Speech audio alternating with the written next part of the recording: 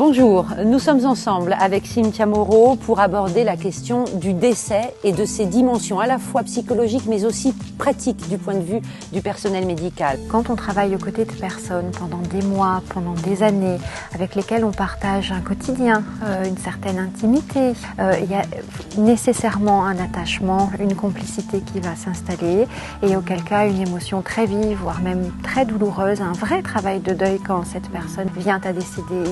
Quand on a vu des gens bien arriver très bien et qu'on les voit au fil des années s'éteindre, puisque là c'est dur. La douleur, elle ne se polarise pas uniquement sur le plan physique, mais on a aussi de la douleur psychologique, on a de la douleur spirituelle. Il faut pouvoir être confronté à faire la toilette mortuaire, ce qui n'est pas évident.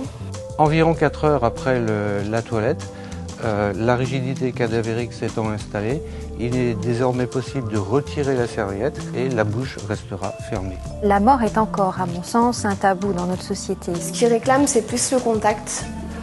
Donc, leur tenir la main, enfin vraiment être là pour eux, quoi.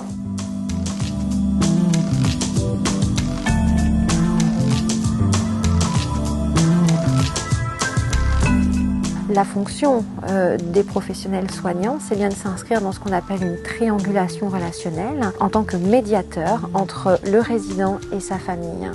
Ce qu'il faut répondre à une personne qui nous dit je sens que je vais mourir, c'est la fin. Qu'est-ce qu'il faut dire? Je sais pas comment réagir. Des fois, je suis un peu désarmée. Finalement, les meilleurs accompagnements de fin de vie qu'on a fait sont ceux où on savait exactement ce que la personne voulait et où on était dans le respect de ses choix.